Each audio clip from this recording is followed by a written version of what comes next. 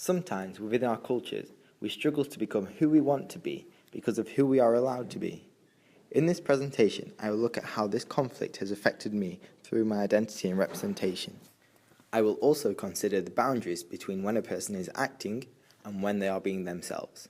So where does acting fit into my life? I have the reputation in my family as being known as the chatterbox, someone that could talk for England. Throughout my childhood, I participated in drama workshops, school plays and community plays. For example, I was in a drama club called Dreams and we performed several productions such as Snow White and the Seven Dwarfs to Saturday Night at the Movies. I have also performed roadshows, which are improvised pieces of drama, before going on to perform in such productions such as Blood Brothers and Midsummer Night's Dream at GCSE. Mickey, don't shoot Eddie. He's your brother. When I was around 12 years of age, I was inspired by a group of dancers known as Diversity. I saw these people as role models who I observed on a television programme called Britain's Got Talent. This was a cultural practice for the dominant, working or middle class to which I belonged.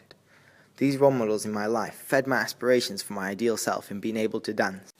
Soon after, I joined a dance group at Susan's Dance Studios in Eckington. I then went on to perform the shows Metamorphosis and Feel the Heat.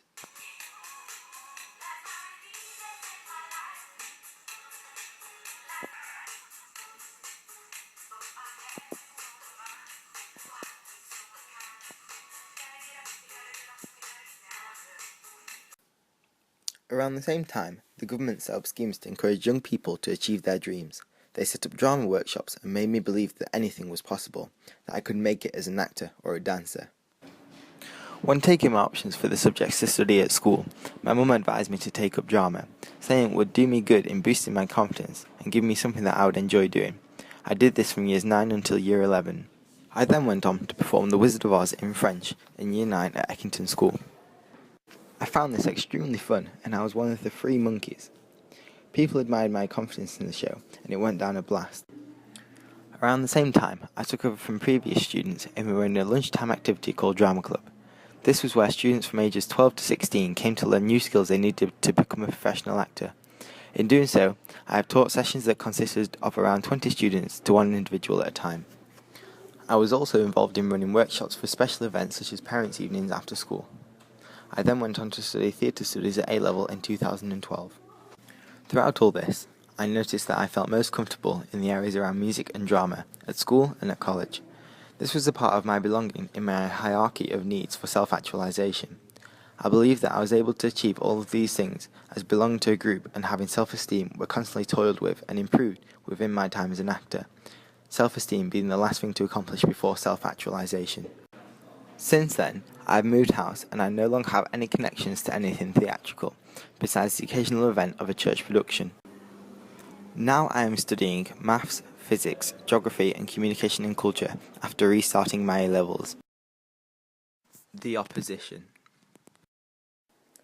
Within my British culture, there seems to be much opposition towards actors. This causes a division or distinction between people through their aesthetic preferences, which is what they like to do. Those who are more practical through theatre and music, and those who are more studious with an academic approach. This causes tension between these class fractions and causes somewhat hatred. I found this through all the different opinions people gave me when advised me about which options to take at GCSE. I noticed that people were split into 3 groups, the first and most common being against acting. They all proposed the idea of acting being insignificant to any other job. Such examples are as followed. What are you doing acting for? It's not even a proper job. You need to think more logically. You want to work to live, or live to work? Do you want to have a family when you're older? I think so. And how would you expect to fund them on a job which you're not guaranteed to get above money in? It's a job, isn't it? Just act all day, have a bit of fun. All of this negative feedback through the socialisation within my family around that time left me feeling rather uncomfortable, as it changed how I saw myself through their eyes. They wanted to push me towards a more academic way of life, as this was deemed as more acceptable and more sustainable path for my future within my culture. But how did I see myself? I really want to do acting, but I'm not sure if I'm good enough to become a professional actor. People just keep saying it's a load of fun and games and it's not serious, but it is, and I just really don't know what I want to do anymore. I saw myself as being very theatrical, but all the opposition left me very confused with what the right choice is. I started to notice that others started to influence and shape my ideal self, and my culture seemed to be suggesting that what is reasonable, what is acceptable, and what is a sensible decision does not go with what I want to do. Clash. On the other hand, when I was speaking to my mother, she proposed, Just go with what you want to do, not what anybody else wants you to do.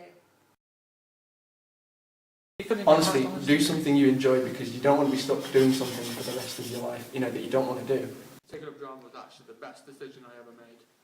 What do you think about actors? Rubbish. They're useful for entertainment, nothing else. I'm always told it's a dead-end job. I'm always told that you're going down that road and it's going to go nowhere, you're just going to hit a roadblock. Why did you decide to do it? I'm going to let people decide what I want to do. I'm going to do what I want to do. I think it's an interesting profession, highly skilled.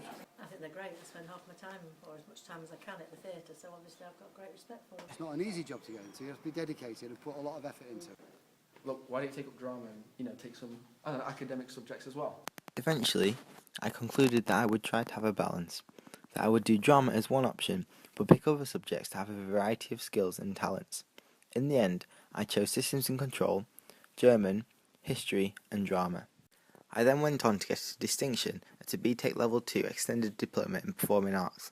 However, after GCSE, it was made clear to everyone that choices became more serious. I kept on trying to keep my options open, but in 2013 I moved house and I had to restart my A-levels.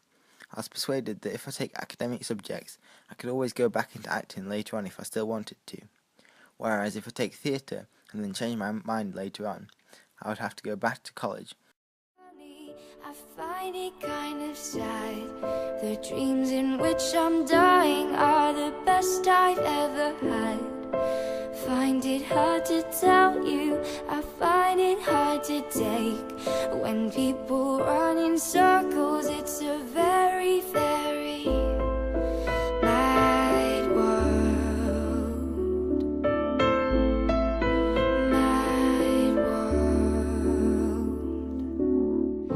Children waiting for the day they feel